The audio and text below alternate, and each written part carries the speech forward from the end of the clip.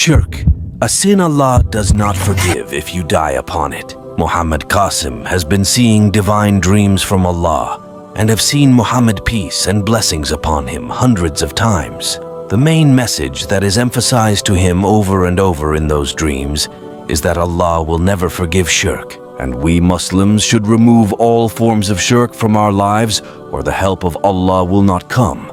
Shirk is the act of assigning partners or equals to Allah in what is uniquely His, whether it involves His lordship, worship, or names and attributes. It's considered the most severe sin in Islam and is the only sin that Allah will not forgive on the Day of Judgment. Shirk can manifest in various forms, and understanding these with examples helps in grasping its seriousness. Categories of shirk in Rububiyyah, believing in multiple gods, each responsible for different life aspects. Thinking individuals like gurus or astrologers have divine power over fate or nature. Worshipping rulers or leaders as deities.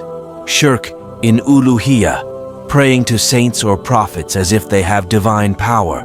Venerating idols or images as divine beings. Engaging in superstitious practices like using amulets for protection or luck. Shirk in Asma wa Sifat, attributing divine qualities like omniscience or omnipotence to humans. Depicting Allah with human characteristics. Using Allah's exclusive names for people like Al-Khaliq. There are 3 levels of shirk. Major shirk includes idol worship, performing rituals like bowing or sacrifices to idols, using astrology and fortune tellers, treating them as possessing divine knowledge. Minor shirk includes riya, showing off, doing religious acts for human approval, not for Allah, and swearing by others than Allah, like one's honor or parents. Hidden shirk includes secret desire for recognition, performing good deeds for acknowledgement by others, and crediting success to self only. Ignoring Allah's role in personal achievements. Understanding and avoiding these shirk forms is essential in Islam to uphold Tawheed, the belief in God's oneness. Shirk is considered the gravest sin in Islam for several fundamental reasons. It can violate Tawheed, compromise monotheism, undermine creation's purpose, shows ingratitude to Allah, negates good deeds, leads to eternal punishment, corrupts society, destabilizes personal faith, influences laws and governance that contradicts Islamic teachings, as well as being a barrier to paradise. Avoidance and repentance.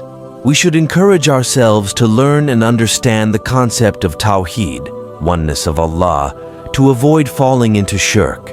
Regular supplication for forgiveness and guidance is emphasized, as even unintentional or minor forms of shirk should be taken very seriously. Repentance in Islam is always open for those who sincerely turn back to Allah. Let's look at some examples of shirk: worshipping idols, bowing to or venerating statues as gods, praying to saints and prophets, seeking help or intercession from deceased religious figures, using amulets and talismans, believing in their supernatural, protective, or lucky powers, seeking blessings at graves, praying to or venerating saints' graves, practicing superstition, believing in powers controlling events other than Allah, astrology and fortune-telling, relying on them for knowledge of the unseen, believing in omens, associating luck with certain creatures or objects, swearing by other than Allah, taking oaths by entities other than Allah, believing in divine equals, thinking others share Allah's divine attributes, attributing success to self, ignoring Allah's role in personal achievements, bowing to others, prostrating in a way that implies worship or reverence, belief in magic, thinking individuals can control nature through sorcery, images on clothes and objects, leading to undue reverence or adoration, non-Islamic rituals, participating in other faiths' worship practices, shared authority, believing others share Allah's authority.